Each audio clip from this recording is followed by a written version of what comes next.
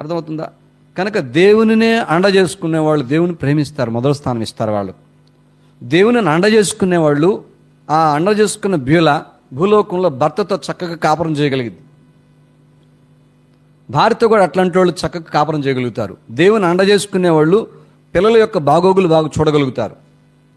దేవుని అండ చేసుకునే వాళ్ళు భూమి మీద ఉన్నంతకాలం కూడా సమాజంలో ఒక పద్ధతిగా నడుచుకుంటారు.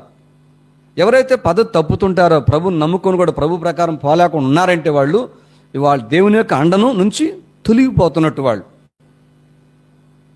మొట్టమొదటి విషయం, దేవుని అండ చేసుకోవాలి. బ్యూలా అనగా ఏంటి? దేవుని అండ చేసుకున్నటువంటిది అనమాట. దేవుని భర్తగా, పతిగా చేసుకున్నదనమాట. దేవుడే నీ అధిపతి కాకపోతే నీ ఇంటికి, నీ జీవితానికి, నా ఇంటికి, నా జీవితాన్ని దేవుడే అధిపతి కాడనుకో, మనమే అధిపతులు, మనమే యజమానులు, మనమే అధికారులు అనుకో, మనకేం అర్థం కాదు, కలవరానికి గురవుతాం.